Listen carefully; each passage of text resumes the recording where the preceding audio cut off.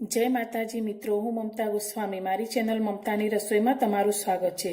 मित्रों, आज आपणे बनावशुं कोईपण व्रत उपवास में फराळ में लई शकाय तेवा काचा बटेका अने साबुदाणाना पापड़।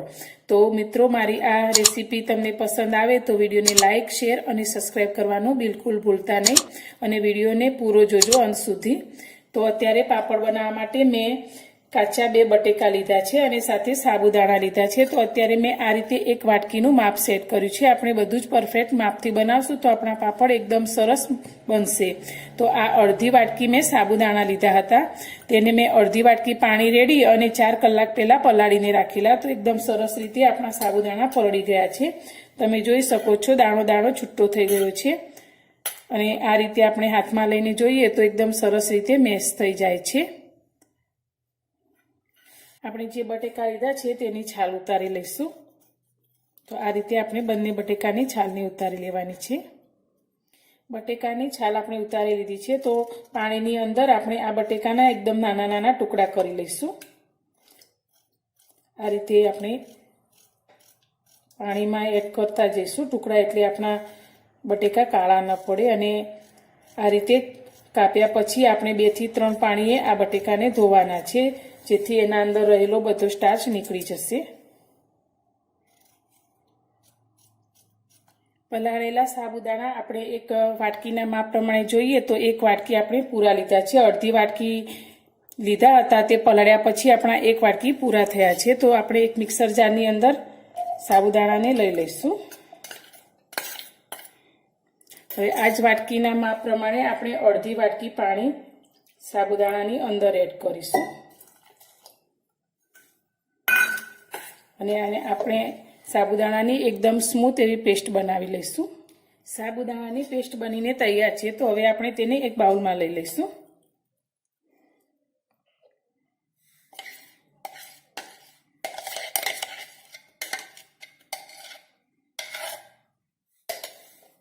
આપણે 2 બટેકાના ટુકડા કરીને લીધેલા, તે પણ 1 વાટકીના માપ પ્રમાણે જ છે। તો આપણે ફરી તે જ મિક્સર જાર લઈ લઈશું અને તે આની અંદર એડ કરીશું। હવે આપણે આ જ વાટકીના માપ પ્રમાણે અડધી વાટકી જેટલું પાણી બટેકાની અંદર એડ કરીશું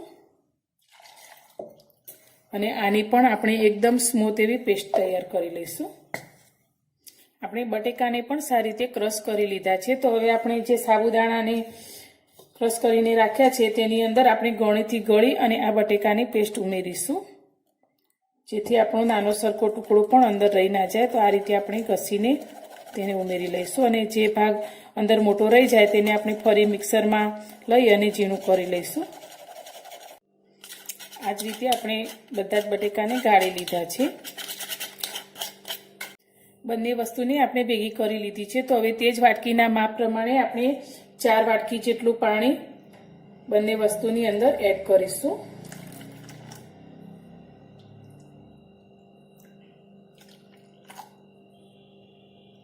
तो આપણે પહેલા પીસતી વખતે પણ બંનેમાં અડધી વાટકી પાણી એડ કરેલું અને સાથે આપણે ફરી 4 વાટકી જેટલું પાણી એડ કરીએ છીએ। તો ટોટલ આપણે 5 વાટકી જેટલું પાણી એડ કરીએ છીએ।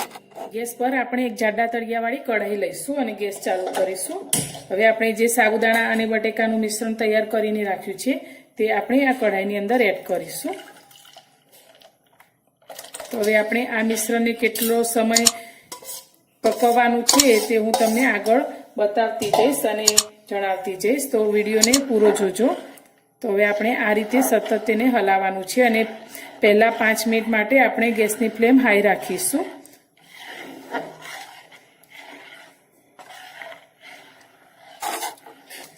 આ મિશ્રણને હલાવતા 5 મિનિટ જેટલો સમય થઈ ગયો છે। તો તમે આ રીતે જુઓ તો મિશ્રણ આપણું થોડું ઘાટું થવા લાગ્યું છે। तो हवे आपणे गैसनी फ्लेम स्लो करी दईशुं अने स्लो गैसनी फ्लेम पर फरी आने आपणे पकावशुं अने आ रीते सतत हलावता रहीशुं, जेथी करीने नीचे ચોટે नहीं।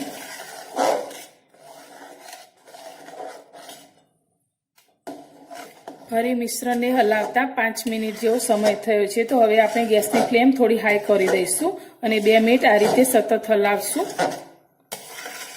2 मिनिट પછી આપણે તેને સ્લો કરી અને ફરી આપણે તેને હલાવવાનું છે। કેટલા સમય સુધી પકવવાનું તે હું તમને આગળ જણાવતી જઈશ।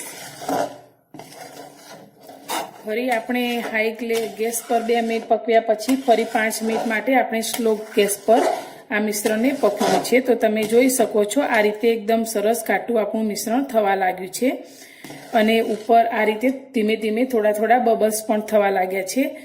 તો આ રીતે થાય એટલે આપણું આ મિશ્રણ સારી રીતે ચડી ગયું છે. તો તમે આ રીતે તાવીતા ઉપર લઈ અને આમ લીટી કરો તો સરળતાથી આ રીતે લીટી થઈ જાય છે અને આપણું મિશ્રણ આ રીતે લેવાથી ધીમે ધીમે નીચે પડે. આ મિશ્રણને પકવતા આપણને ટોટલ 17 મિનિટ જેટલો સમય લાગ્યો છે. આ પાપડને તમે પંખાની હવામાં સૂકવશો તો તેને સુકાતા એકાદ દિવસ લાગશે અને તમે જો તડકામાં સૂકવશો તો તમારા પાપડ 7 થી 8 કલાકમાં એકદમ સરસ રીતે સુકાઈ જશે. તો આપણે આ જ રીતે બધા જ પાપડને તૈયાર કરી લઈશું.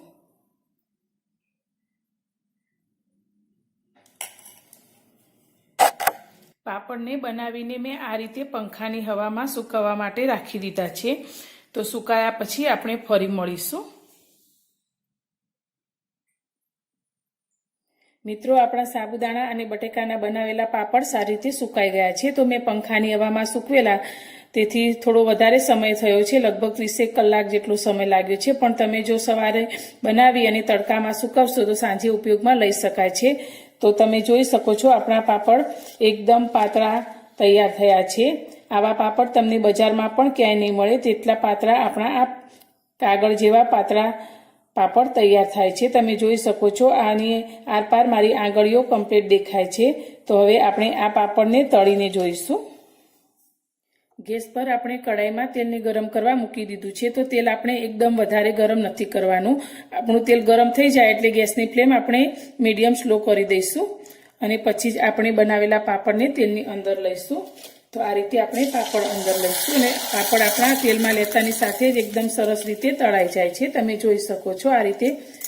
તો આ જ રીતે આપણે બનાવેલા બધા જ પાપડમાંથી થોડા પાપડ તળી લઈશું.